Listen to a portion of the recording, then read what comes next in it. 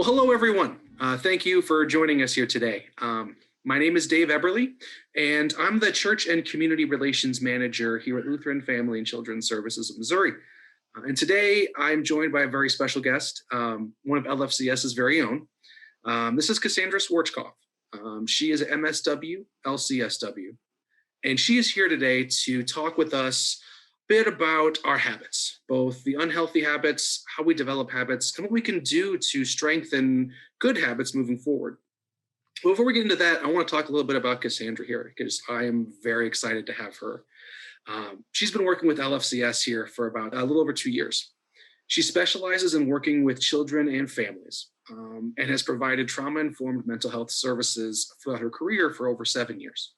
She has extensive experience in providing evidence-based practices, practices that include CBT, TF-CBT, EMDR, psychotherapy, and other behavioral therapy. So we've got a very intelligent and very qualified person to speak on the subject. So with that, Cassandra, thank you so much for being here today. Thanks for having me. No, I greatly appreciate it. And I think this is something that people, I think will really get something out of. Because as we talked previous, getting into our mental habits is something that we don't maybe focus on enough, especially since we've been kind of in this strange situation we've been in. Getting right into the heart of it. Can you talk about why most people naturally develop habits so we have a baseline to go off of on this information? Yeah, so essentially a habit is any behavior that we repeat without any cognitive exhaustion. So it's kind of just like something that we don't really have to think about. It's something we do and it just happens in our life. And we don't really have to deliberate on any of the information. So with that being said, our brains really, really love this because it frees us up to think about other things, more complex things. And so when we have a lot of our behavior being more automatized, if you will, so we kind of get into a place where we fall into routines, we repeat behavior, our brain has all of this other free space to think about more complex, non-routine things. And then it's also very rewarding. So when we do things in routine and we have satisfactory results, it's very rewarding. So then we really want to do these things again. So there are a lot of benefits to forming habits. So let's start with maybe a specific example. What is like the formation, you kind of went over it a little bit, but the formation of a habit that goes into something that we are ingrained, whether that's positive or negative. Can you walk us through those steps to say, boom, boom, boom, here's how they go? Yeah, so I'll kind of do a little bit more of a formal introduction about the behavior, and then I'll use an example. So perfect. We tend to behave out of a certain need. So behavior is usually motivated by some sort of emotional need or psychological need or a physical need.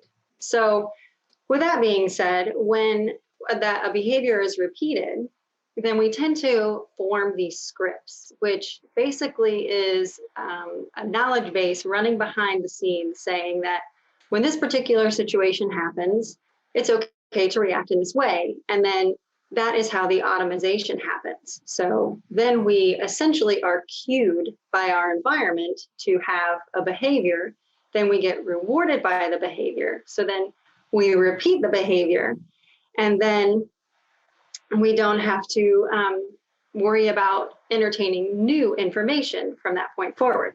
So and the very basic of example, it's broken down into 3 essential parts. First, we have a cue, then we have a behavior, then we have a reward. So say we're watching a TV program and a commercial comes on. So the commercial break would be our cue. Then we go to the refrigerator. That's the behavior. Then we get a snack. That's the reward. And then so now that is just an automatic thing that we do every time a TV program comes on, the commercial comes on, our brain's like, aha, I know what to do here. I'm going to get up, I'm going to go to the fridge, I'm going to get a snack. That feels really great. Now, is there any, I guess, how much of this are we consciously aware of versus we subconsciously build and kind of deal with? So it first starts out as a conscious thing. We take into consideration, oh, what are we going to do on our commercial break? And then you find something to do. And then when it's rewarding, you're like, oh, okay, well, that was a satisfactory outcome. I think I'll do that again. And then the more you repeat that and it's satisfying, the less you become aware of thinking about it and deliberating about it. So at first is a very conscious choice, and then it becomes just an automatic unconscious thing that we do. Where does the line draw between those unconscious behaviors and addictiveness? Obviously, that's pertaining on the reward center in your brain, but is there a line where that is separated, or do they kind of get blurred?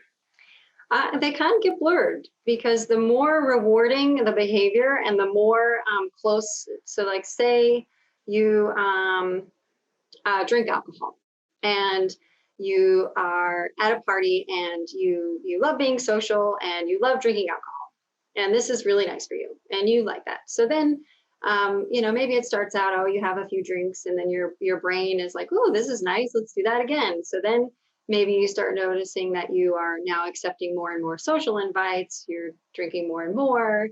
And then it becomes so much of a dependency at that point because it's been repeated so many times over and over with a satisfactory response in your brain that your brain is saying, hey, you really want to do this again, so go do that. And so then it becomes more of an impulsive urge and a compulsion to fulfill that need based on those pleasure centers in your brain. That makes sense. That makes sense. From your side, when you're talking with different clients, what are some of the most common bad habits that you're seeing people struggle with now, especially since we've all probably had this pandemic fatigue and you've either been stuck inside or struggling with everything COVID related? Oh gosh, a big one I see, especially with school-aged kiddos, is screen time and leisure versus academic balance. So because school is predominantly on a screen, there's more and more screen usage. And we know that even as recent technology develops, that kids are automatically kind of starting to get more and more drawn to screen time anyway, video games, TV, YouTube, there's all like sorts of avenues on TV.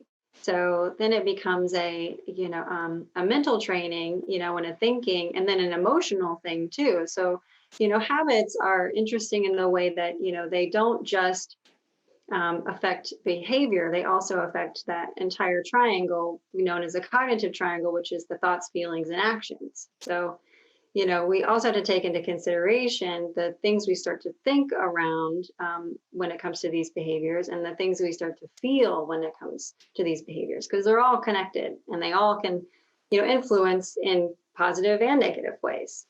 So with parents, I see a lot of, work-life balance. Not same with kids, with school and leisure. A lot of times, parents aren't really sure how to create those boundaries with work and life. So because they're at home, they're, previously before COVID, it was very much, okay, home is my safe space where I can relax, or I can have family time and fun. And now we're having to create office spaces at home. And sometimes, you can't find an extra space isolated from your family. Sometimes, maybe you and your kid are doing work and school from the same table. And that, can be quite an enmeshed boundary. I can testify to that firsthand. I'm waiting for my youngest to walk in and interrupt this interview. So we'll see. Hopefully it goes okay. Yeah. Another thing I've been noticing is that there's been, I guess, some health habits in the way that, we can, I guess, say are pretty positive, like mask wearing and frequent hand washing and things like that. Those are habits that we've formed that we didn't necessarily have before COVID. But on the negative side of that, people are becoming more isolated from one another because they're, fearful of being around each other. Maybe they're, talking less and less, even on FaceTime, so much of communication even is reduced to emails or text messages. So we're really getting further away from that face-to-face contact, which we know as humans, we're very social and we love that. We crave that love and acceptance from people. So we really want that social interaction. which is then in turn, I've seen a lot of increased depression and anxiety for not really knowing how to manage social situations when they're in them because they're out of practice or just, not feeling comfortable. And then, that also reduces our capacity to want to do kind acts for people. So, we don't want to open doors. We don't want to be close to people. We don't want to hang out. We don't want to shake hands. We don't want to give hugs. So, it tends to further distance us from some of those social and emotional habits that we had before. One of the things, and again, myself being a parent, I struggle with this too, is trying to figure out, we're seeing habits take place and we're seeing changes in habits. But Hmm. it's hard to judge whether they're positive or negative attributes because they might even be positive in the near term, but in the long term, it could be detrimental. You talk about screen time, parents have to do what they have to do, Right. but we still don't know what the long term effects are. Same thing with the relationships. People have to do what they have to do to stay safe, but in the long term, that could lead to damage. Do you have any advice for people who are just stuck, unsure about what the right or wrong decision is regarding any habit they may see going on, either in themselves or others in their nucleus of household? So I guess, going back to that, when how bad habits form. So like if you're noticing that your short-term rewards are outweighing the long-term goals, that would be something. So like I'll use speeding as an example for that, and then maybe we'll find some household examples to look at too. So, Sure, like, sure. speeding is great in the moment because you can get to the place where you want to go on time. But in the long term, if your goal is to have better time management skills, those are conflicting. So those tend to create unhealthy ways of practicing your behavior or fitting into your long term goals. So, like if screen time is maybe something that you're like, oh, I want to limit screen time to 2 hours a day. And then you're like, oh, well, gosh, well, school is online and then TV shows if we're doing that as a family. So then, making sure, I guess, essentially that your first, your expectations are realistic for the time. And then figuring out if what you're seeing, like in yourself or in your family members, is causing negative effects, whether it's like maybe you're seeing increased emotional outbursts, or maybe you're noticing that you or your kiddo are isolating more often, or maybe you are noticing that you are reaching for um, like snacks instead of trying to stimulate your body in other ways. So if you're finding that you're going to some of these behaviors that are not giving you healthy benefits, then that's whenever I would do a check-in and reevaluate how to change that up. Let's move forward. Let's get into these solutions. So let's say as someone, we've established this is a negative habit. What are some of the ways that we can work to break that habit if it's something we know we're really struggling with? Well, first getting into a good mental space about it, knowing that it's a long-term game. Behavior is something that once we condition it to function in a certain way, then we have to really take time to consciously change it, which takes effort. And so that, just settle in and know that this is going to be a journey and not a sprint. And then, set very specific action steps. So, setting general goals is great. Having a general idea of what you want to do is great. But when you don't have a very specific and achievable goal, you're less likely to pursue it. So, say you're like, oh, I want to be a nicer person. Okay, that's great. That's a wonderful goal. Let's say you and me both. I could use it. But what if you could reframe that into something a little bit more achievable, like, okay, I would like to do 3 unasked tasks that are beneficial to someone else this week. Then you have to identify the triggers around the behavior, or the habit. So, say if the trigger to getting up and going to the fridge and getting that snack was the commercial, then you will want to think about that and be like, okay, I know that I'm a little vulnerable whenever the commercial comes on because my brain wants a snack. And so being aware of those triggers. Also knowing if, those triggers are something a little bit more deep. So if they are some sort of emotional trigger from, a past trauma or a past experience that has created, some sort of negative habit. So like, say, for example, maybe you had a trauma where you were in a crowded place and maybe there was a violent act that happened. So then you start to avoid, crowded places. So then knowing that that's a trigger for you, and if you would like to, get into the habit of maybe being able to go in public and not feeling afraid, then you would want to, make sure you're addressing that emotional trigger. Then, you would want to look and see if this is a psychological trigger as well. So making sure that you're, assessing, okay, is this, a need, a basic need or a human need, or is this some sort of psychological thing that I think I need? And, then dealing with that from there. So the last one would be the physical trigger. So is this those three main areas are what you would want to pay attention to when it comes to identifying your triggers. So the emotional, the physical, and the psychological. From there, you would want to address those triggers. So figuring out a plan to cope with those appropriately. So that's something, if you think you can do it on your own, great. If you can't, that's totally fine as well. And there are plenty of resources out there that you can, seek professional help as needed. Say, for instance, if you know that you like to drink when you're in a social situation and you're trying to reduce your drinking or stop it altogether, then you want to make a plan for when you do have to be in social situations. So maybe bringing mocktails of some sort, something that you can have that's non-alcoholic, or staying around people that that are familiar, because maybe you have social anxiety and drinking helps that. So maybe you want to hang around people that you're familiar with and that doesn't cause you that kind of social anxiety. So then you're less likely to go for a drink. And looking at the larger picture is something that you want to consider too, because remember how, we were talking that the thoughts, the feelings, and actions are all connected. And then that is, affected by the bigger context. So our environment at large.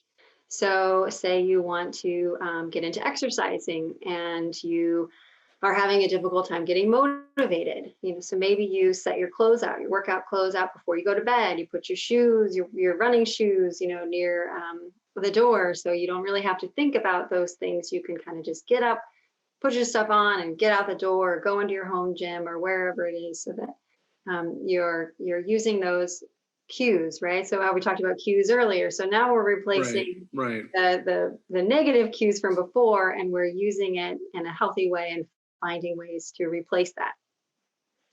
And absolutely get your supports. Set up your supports. You are not going to be able to sustain change unless you have people in your corner or things that you need for support. So whether that's joining some sort of online group or blog group or some sort of support group, or meeting up with friends or having accountability buddies.